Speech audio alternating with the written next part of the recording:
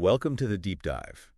Today, we're going to be exploring something, really important to all of us, Uh, even if we don't always think about it. hmm. The agrochemical industry. Right. Now, we're not just talking about, like the sciencey stuff like pesticides and fertilizers, Yeah. but the business strategies that, shape how these products actually make it to market Right. and ultimately impact what we end up eating.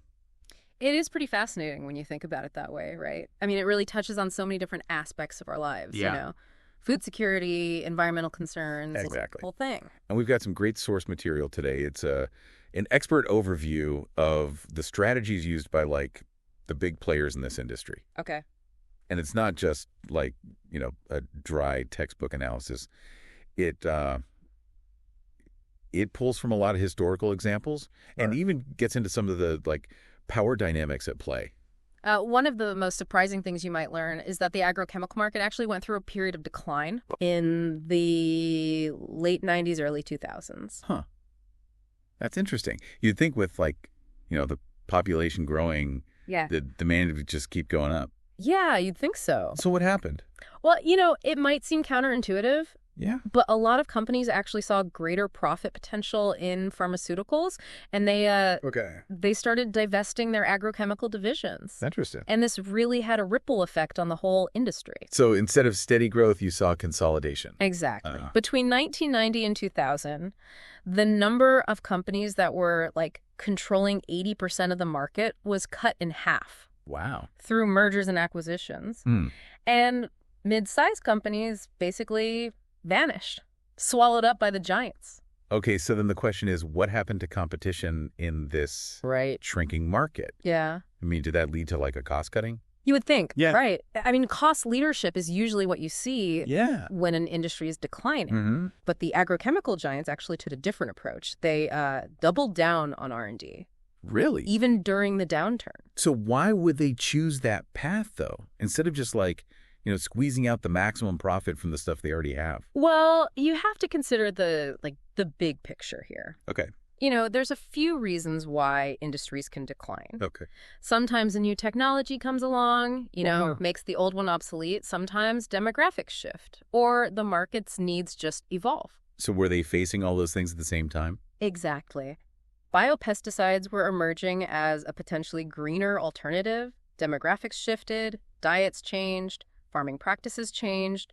Consumer demand was growing for sustainable and organic options. Oh, wow. So innovation wasn't just like, a nice to have. It was like necessary for survival. Exactly. If they had just clung to the status quo, Yeah. they would have been sunk. That's a good lesson for anybody, really. Yeah. I mean, think about, like, the industry you're in or interested in. Is it facing similar pressures, from technology or changing demographics, evolving consumer preferences? Right. I mean, could a focus on innovation be the key, Definitely something to think about.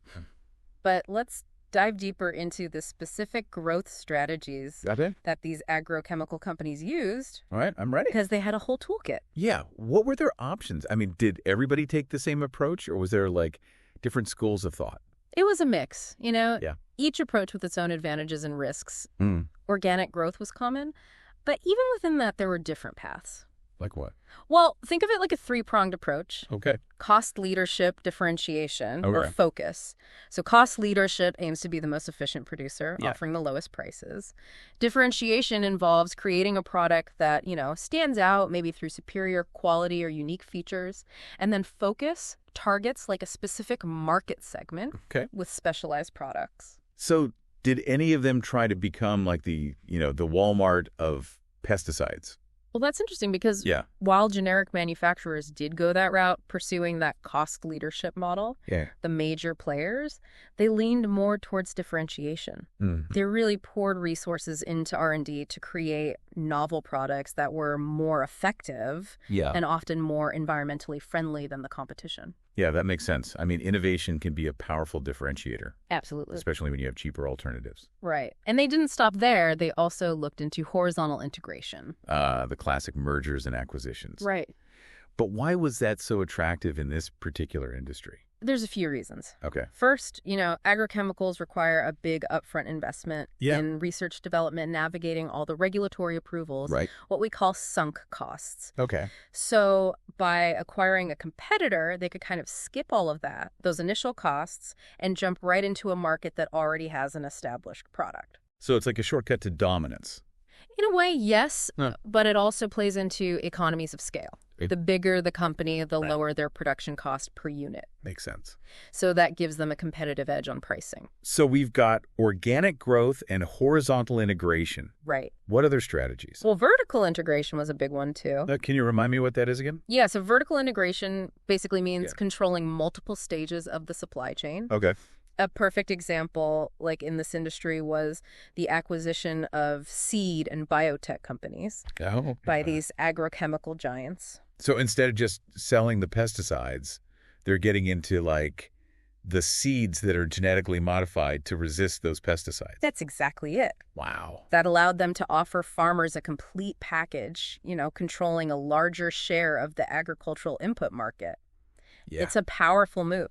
Although it does raise questions, about market control and potential monopolies. For sure. It sounds like they were covering all their bases, though. Did they do any strategic alliances? They did. Companies realized they didn't have to go it alone all the time. Yeah. By partnering, Right. they could share the costs, the risks of R&D. Yeah. They could get access to new markets, assets, Oh, and, even block competitors Yeah. from gaining a foothold. smart. Mhm. It sounds like a win-win, at Yeah. least for them. Right. Well, this is a competitive industry. Oh, yeah. So were there any like more aggressive strategies that they used? Oh, yeah. The agrochemical industry, Yeah. it's not for the faint of heart. Right. Some companies adopted what's known as escalation strategies, Okay. which involve huge R&D investments Yeah. coupled with a series of really aggressive mergers and acquisitions. Oh, wow. So they're going all in, Exactly. trying to dominate the market. It's a high-stakes game Yeah. with potentially huge rewards. But it's not just about size, it's about speed and agility, too. These companies, they have to constantly push the boundaries. Always got to be a step ahead. I bet our listeners can think of some examples from other industries where this has played out, too. Yeah. Like, in the tech world. Oh, for sure. Yeah. Yeah. Speaking of technology, I'm curious about like the role it plays in shaping these companies' strategies. That's a great point, because when it comes to technology-based strategies, there's a whole spectrum of approaches that they could choose from. Like what? Let's break it down. Okay. 5 categories. Leader, fast follower, late adopter specialist, Okay. and then combination. So there's a strategy for every personality type. You could say that. The leader strategy is about being first to market Okay. with some breakthrough innovation. Right. Think of it like being the Apple of the agrochemical world. That sounds exciting, but also incredibly risky. Oh, it is. All your eggs in one basket, Right. hoping it'll take off. Yeah. It demands a huge investment in R&D Yeah. and a high tolerance for uncertainty, Yeah. but the payoff Yeah. can be huge. You capture significant market share Sure. while everyone else is playing catch up.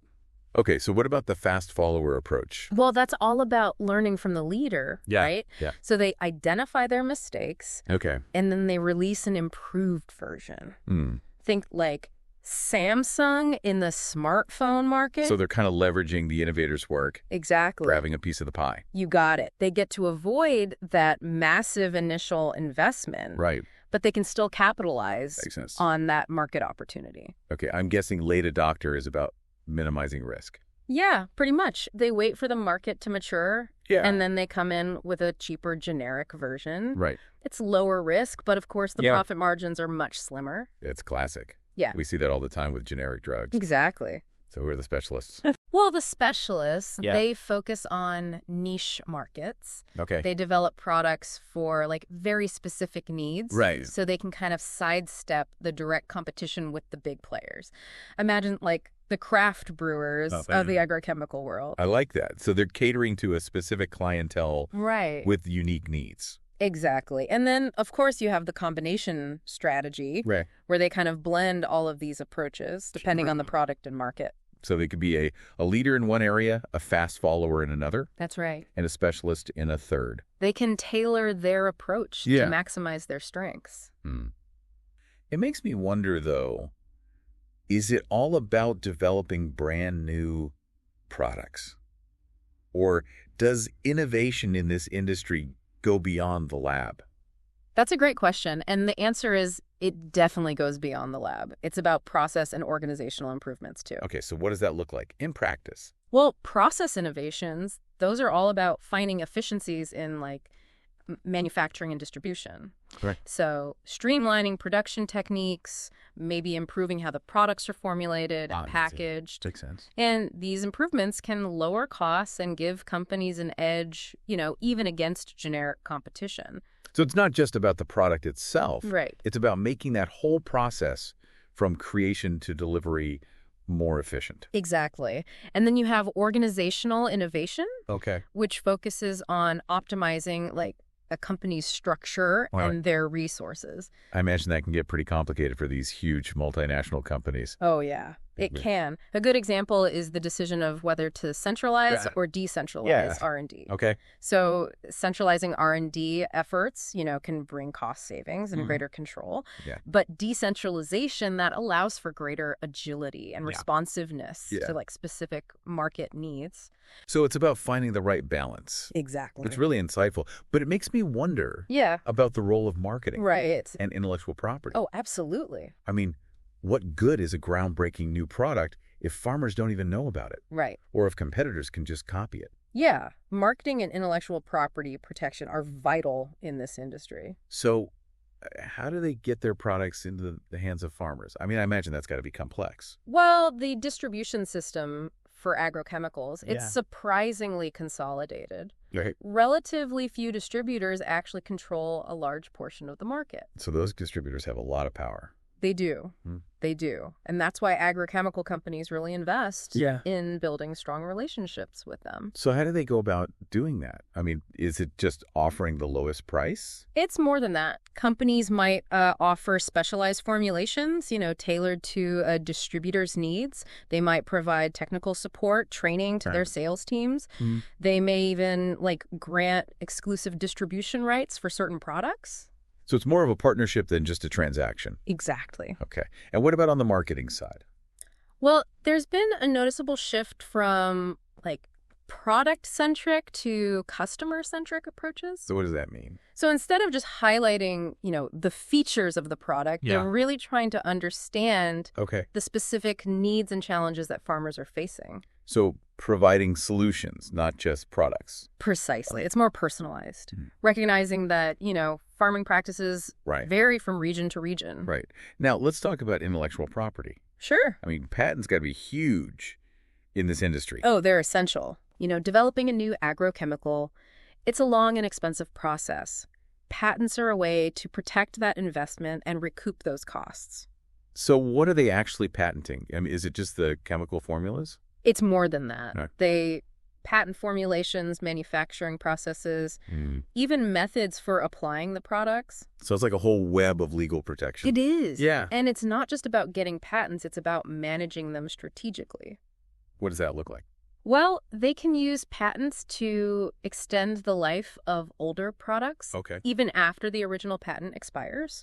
One way is through composition of matter patents, where they tweak the formulation of an existing product. Or they combine it with a new active ingredient to create something new that they can patent. So they're keeping older products relevant. Exactly, in the face of generic competition. And then, of course, you have regulations, which can be both a barrier to entry, but also a strategic tool for established players. In what way? Well, the approval process for a new agrochemical, it's really rigorous and expensive. Right. So that creates a big hurdle for smaller companies or new entrants who are trying to break in. Yeah, so it creates a very uneven playing field, doesn't it?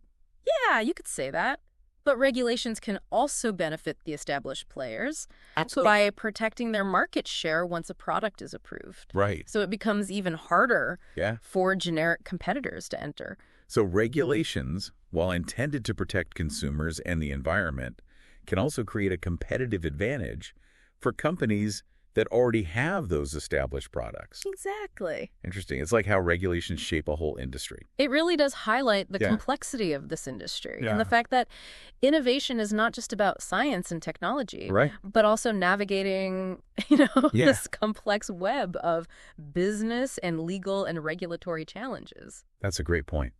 It seems like succeeding in the agrochemical industry requires a deep understanding of that whole ecosystem. It does. Well, let's shift gears for a minute. I want to talk about R&D, Okay. research and development. Yeah, It's at the heart of everything. absolutely. Drives the innovation. Helps companies adapt Yeah. to the challenges in the industry. So what are like some of the key trends and challenges in agrochemical R&D today? What are companies focusing on?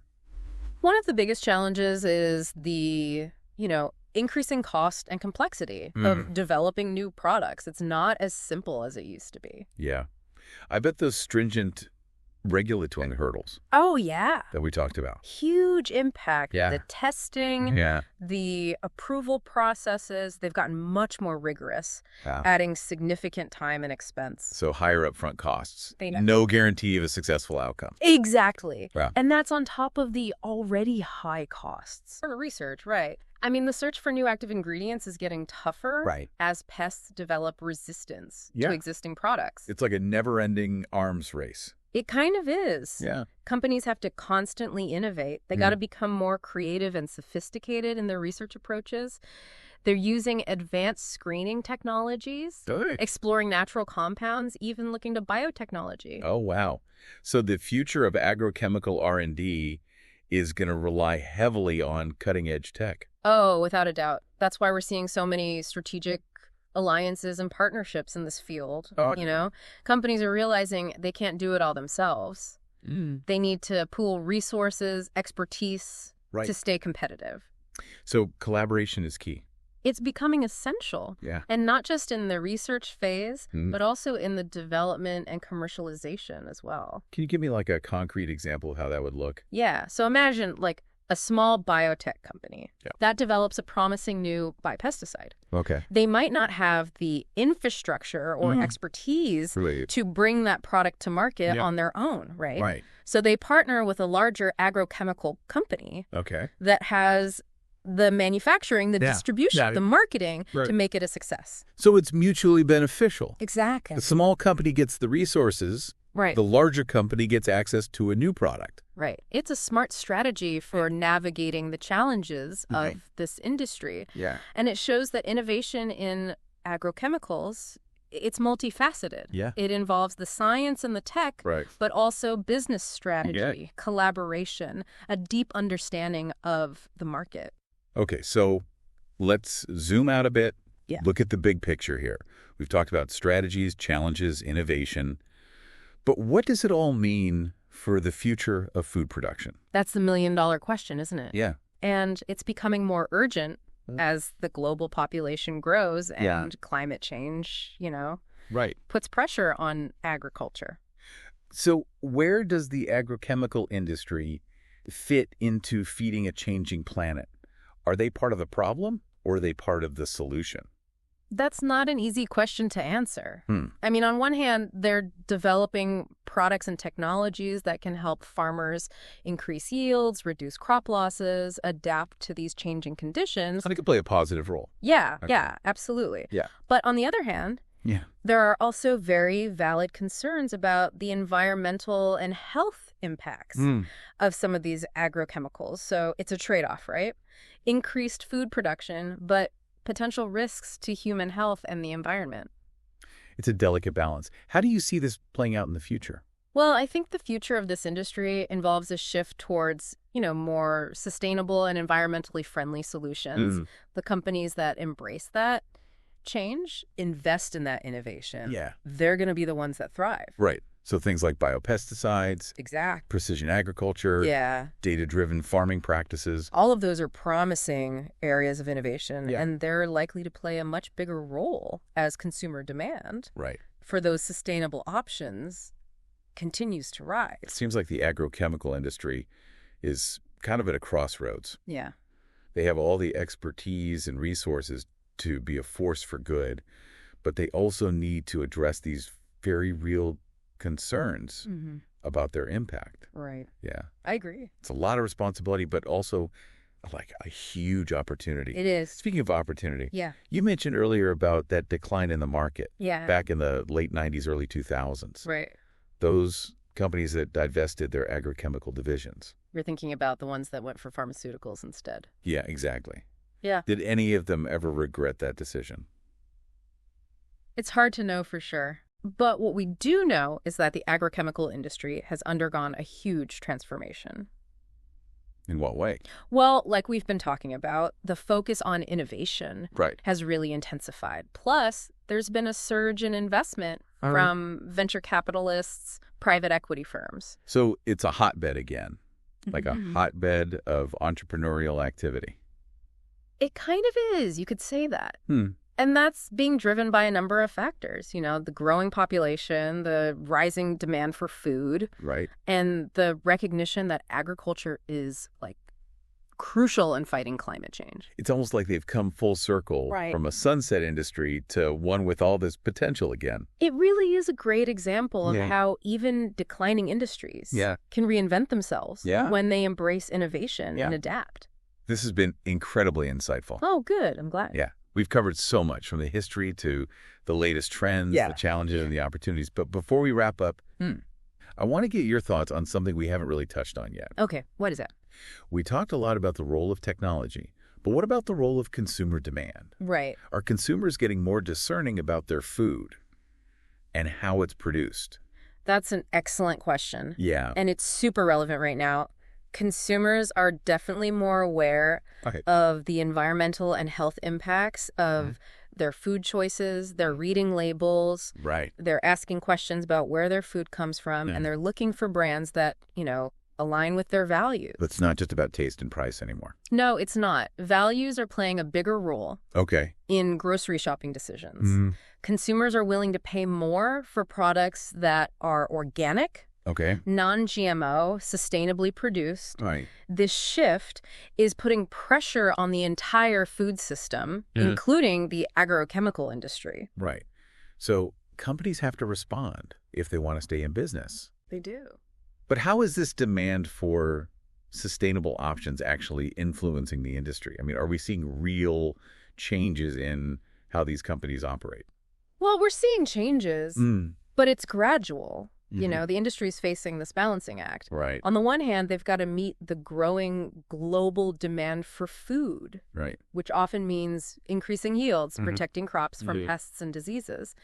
On the other hand, Yeah. they've got to address the environmental and health concerns that Right. come with some of their products. So you can't just switch to all natural overnight. No, unfortunately not. Conventional agrochemicals still play a crucial role. Okay. You know, they help to ensure those consistent yields, Right. prevent crop losses, and they also make food more affordable for a lot of people. Right. But that doesn't mean we're stuck with the status quo. So what are some of the ways that the industry is like trying to bridge this gap between the conventional practices and the demand for these more sustainable solutions? Well, one area where we see a lot of innovation Yeah. is in biopesticides. Okay. So these are pesticides that are derived from natural sources like Right. bacteria, fungi, even plants. And they tend to be more targeted in their effects, Right. which means they pose less risk Okay. to beneficial insects and the environment. So it's like the more precise tool. Exactly. And they break down more Okay. quickly in Yeah. the environment. So they also have a lower risk of contaminating soil and water. That sounds promising. Yeah. So are farmers using them more widely now? They are gaining traction, but there are still some hurdles, you know? Like what? Well, they can be more expensive to produce than conventional pesticides. Yeah. And they sometimes require more frequent applications. So again, Welcome back to the deep dive.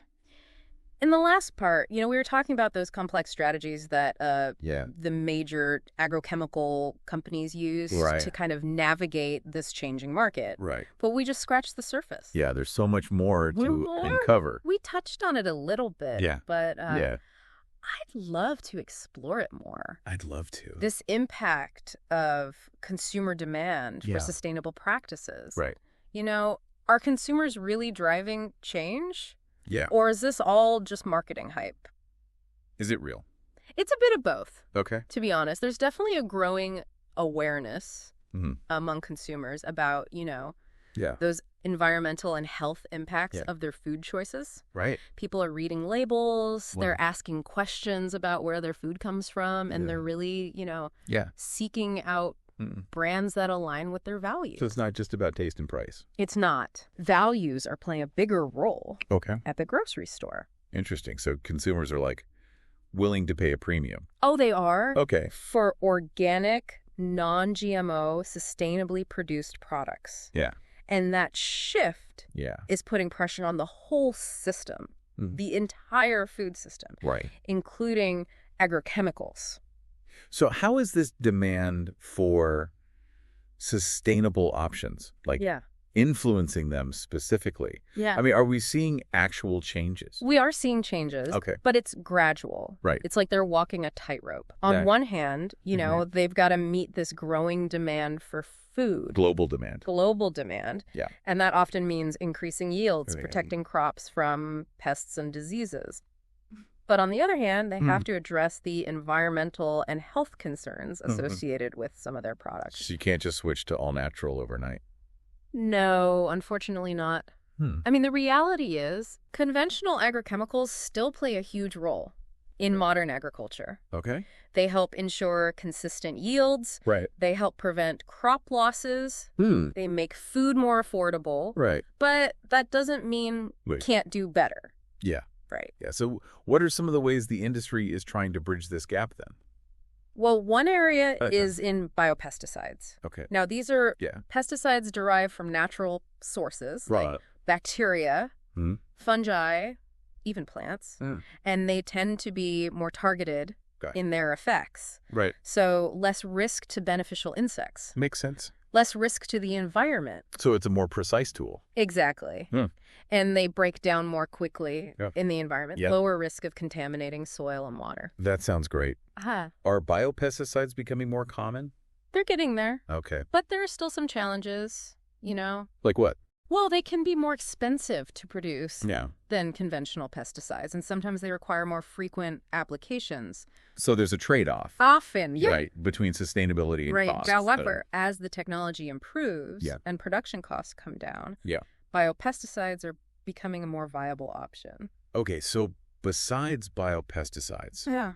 what other innovations are making the industry more sustainable? Well, precision agriculture is another exciting area. Oh, yeah? This involves using technology like sensors, drones, GPS to collect data on crop conditions and then apply inputs like fertilizers and pesticides only when and where they're needed. So it's all about optimizing and minimizing waste.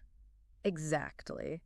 Precision agriculture could really reduce the amount of agrochemicals used, which is good for the environment. Right. And the farmers, bottom line, It sounds futuristic. it kind of is. Are these technologies, like, being used a lot Yeah. right now? More and more, Okay. especially on larger farms that have the resources to invest in this technology. Yeah. The cost can be a barrier for smaller farms. Right. It seems like there's often a gap. There is. Between, like, the cutting-edge stuff and the reality for a lot of farmers. Bridging that gap is going to be key, for wider adoption of these sustainable practices. Right. It's not just about developing it. It's about making it accessible. Right. Exactly. Yeah. And this brings us back to those power dynamics we've talked about. The influence of the big companies, distributors. Right. But what about the farmers? I mean, do they have any power in this system? It's complicated. On the one hand, Right. they are the customers. Right. They get to choose what products they use, Okay. what companies they work with. So they could boycott if they wanted to. In theory, yes. But in practice, it's not always that simple. Right. Many farmers depend on these agrochemicals to protect their crops. Can make a living. And to make a living. So they may feel like they don't have a lot of options. Yeah, they're in a tough spot. Yeah, and that consolidation we talked about. Right. That has given the big companies even more leverage. Right. So fewer choices. Fewer choices, And that can affect pricing, access to information, even what types of products are available. Sounds like a system that's Ready for some disruption. I think there's definitely potential there. Like what? What are we seeing? Well, there's a growing movement Of- towards regenerative agriculture. Okay. Remind me what that is again? It focuses on building soil health, Okay. increasing biodiversity, Right. reducing reliance on chemical inputs. So working with nature. Exactly. Mm. It's more holistic, Yeah. recognizing that everything's interconnected. Okay. Right. Sounds good. Can it really compete, though, with industrial ag? That's the big question, isn't it? Yeah. I think the answer depends on a few things. Okay. You know, consumer demand, Right. government policies, Mm-hmm. technological innovation. So changing the whole system. Right, exactly. The future of food, Mm. it's going to be shaped by all these different forces. Yeah. And the agrochemical industry, they're right in the middle of it all. Yeah. This raises a big question, I think, for a lot of people. Mm-hmm. What does all this mean for food prices? Hmm. You know, if we move towards more sustainable practices, Right. which are often more expensive, Yeah. is food just going to get even pricier? It's a valid concern, and Yeah. policymakers and industry leaders, they need to think about this. Right. I mean, there's no easy answer here. The cost of food, Yeah. it's affected by so many things. Right. Input costs. Yeah. The weather. Global demand. Yeah. Government subsidy. It's complicated. It's a very complex equation. Yeah. But it sounds like if we want a more sustainable system, there's going to be a price to pay. It's possible. Right. But there are ways to lessen that, you know? Like what? Well, investing in research Okay. to make sustainable practices more efficient, Right. or implementing policies Right. that encourage farmers to adopt Right. those practices. So it's not an either situation? No, I don't think so. Okay. I think we can have Huh. affordable food and a Mhm. sustainable ag system, Right. but it's going to take a Yeah. combined effort from everybody. Okay, so a lot of stakeholders. Yeah. It makes me wonder, who really has the power to shape this industry? Is it the companies, the government, or the consumers? It's all three. Okay. The big companies, Yeah. they've got the resources and the knowledge to drive innovation, Yeah. but they're also accountable to their shareholders. Right, the bottom line, Right. the government can set regulations, Exactly. influence the industry. Yeah, but they have to balance Yeah. a lot of different interests. Right. Right. So what about consumers? Well, consumers, Yeah. they have a lot of power, Mhm. more than they might realize. Okay. Their choices about what they buy Yeah. sends a message to the market. If Yeah. they demand sustainable products, ethical products, Yeah. companies are going to respond. So it's about voting with our dollars. It really is. Every purchase we make, it's a vote for the world we want to live in. Wow. It's a powerful reminder that we all play a part in Oh. shaping this. We do. It also makes me realize Yeah. there's no easy solution. No, there's not. Yeah. Not a single solution. Yeah. It's going to take ongoing dialogue, collaboration, Yeah. a willingness To embrace complexity. Speaking of complexity, Yeah. there's one more thing I think we need to talk about. Intellectual property Right. and its impact Right. on innovation. That's crucial. Yeah. And it's a source of a lot of debate. Why is that? Why is it so contentious? Well, on one hand, Yeah. patents are really important for driving innovation. Okay. They give companies that exclusive right to sell their inventions. Right. So Yeah. they can recoup their costs Mhm. and make a profit. Makes sense. I mean, without that protection, Right. they might not want to invest Yeah. in research. Right. But on the other Yeah. hand, Yeah. critics argue that patents, Yeah. if they're too broad Hmm. or too restrictive, Right. can stifle competition Okay. and limit access to these important technologies. Especially in about other the countries. Exactly. So it's about finding the right balance Mm. between protecting that intellectual property and making sure innovation benefits everybody. Right. It's a tough balance. It is.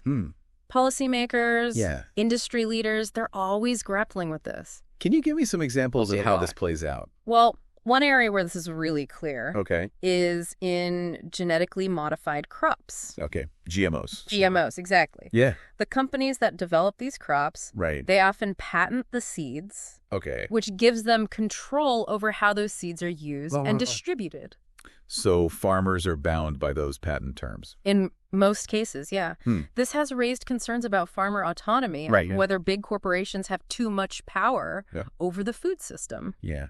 It's a thorny issue It is. with a lot of implications. Yeah. Are there efforts being made to address these concerns? Oh, definitely. Okay. There are a lot of discussions and initiatives, looking for solutions. Okay. One approach is the development of open source technologies. Okay. Now, what are those? Well, they're basically technologies that are shared freely. Anyone can adapt them, improve them. Right. That's interesting. It is. Yeah. It is. So are there examples of open source technologies being used in the agrochemical industry? Yeah, a growing number. Okay. Like what? Well, one cool example is the development of open source biofertilizers. Okay. What are those? Well, they're fertilizers made from, naturally occurring microorganisms that help plants use nutrients more efficiently. So a natural alternative. Exactly. And by making it open source, Yeah. anyone can access it, adapt it. Right. That's a great idea. Yeah, it's a win-win Yeah. for innovation and sustainability. I'm curious to see if that can challenge the traditional patent system. It's definitely something to watch. Yeah. It could really change things. It could give more people access to technology, Right. empower farmers Yeah. to develop their own solutions. It seems like the industry is at a crossroads. It's facing both challenges and opportunities. Yeah. There's this growing awareness of the need for sustainability, Right. but there are also a lot of, economic and political hurdles. Exactly. Yeah, You've captured it perfectly. The decisions made in the next few years are going to have a huge impact Yeah. on how we feed ourselves and care for our planet. Well, we've covered a lot in this part.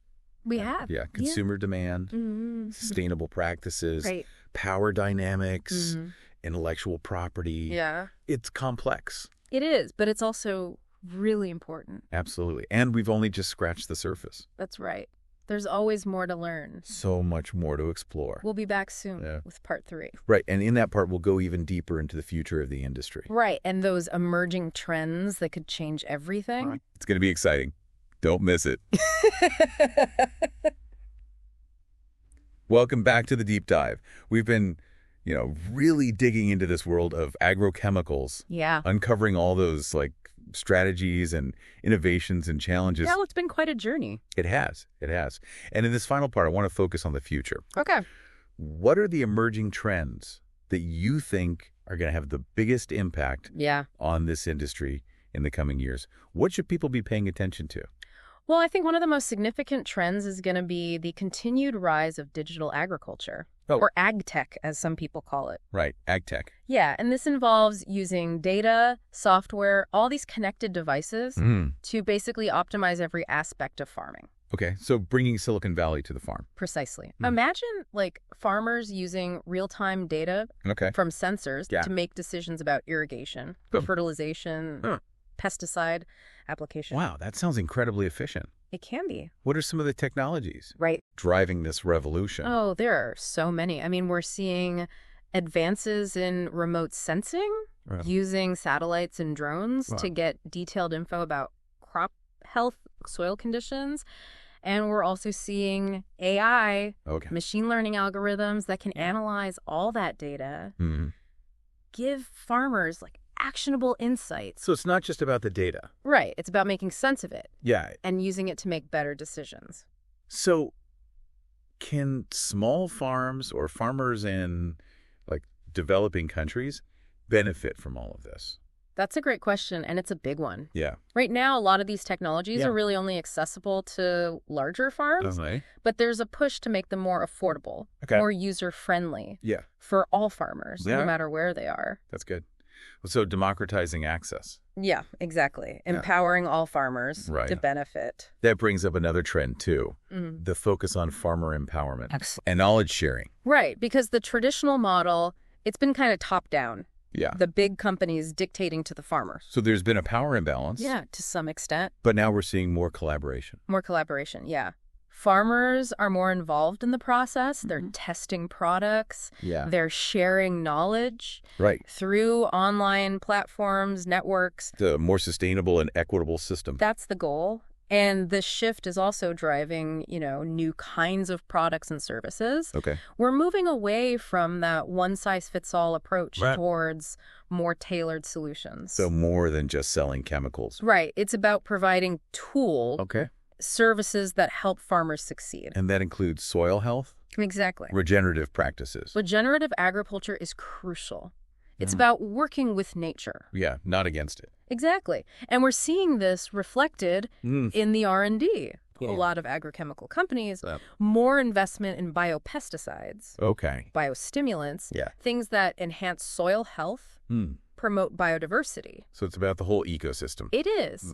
And this approach also recognizes the importance of social and economic factors. Yeah. We're seeing a focus on fair labor practices, Right. community engagement, supporting small farmers. It seems like a big transformation. It is a big transformation. Yeah, from just profit to a more sustainable and equitable approach. You've got it. It's a long journey with Yeah. a lot of challenges, Yeah. but I'm optimistic Okay. that things are moving in the right direction. I am too. This has been great. So many trends and insights. Good. I'm glad you think so. As we wrap up, what's the one thing you want listeners to remember about the future Right. of the agrochemical industry? I think the key takeaway is that the future of agriculture is not set in stone. Okay. It's something we're all creating through our choices. Consumers, producers, Yeah. policymakers, Yeah. everybody. So we all have a role to play. We do. Yeah, in creating that sustainable Yeah. and just food system. By staying informed, engaging in these conversations, supporting the right companies and organizations, we can make sure everyone has access to good food. Absolutely. This has been fantastic. Thanks for joining us. My pleasure. And to everyone listening, thank you for tuning in to The Deep Dive. We'll be back with more soon, but until then, keep asking those questions, stay curious, and remember, the future is in our hands.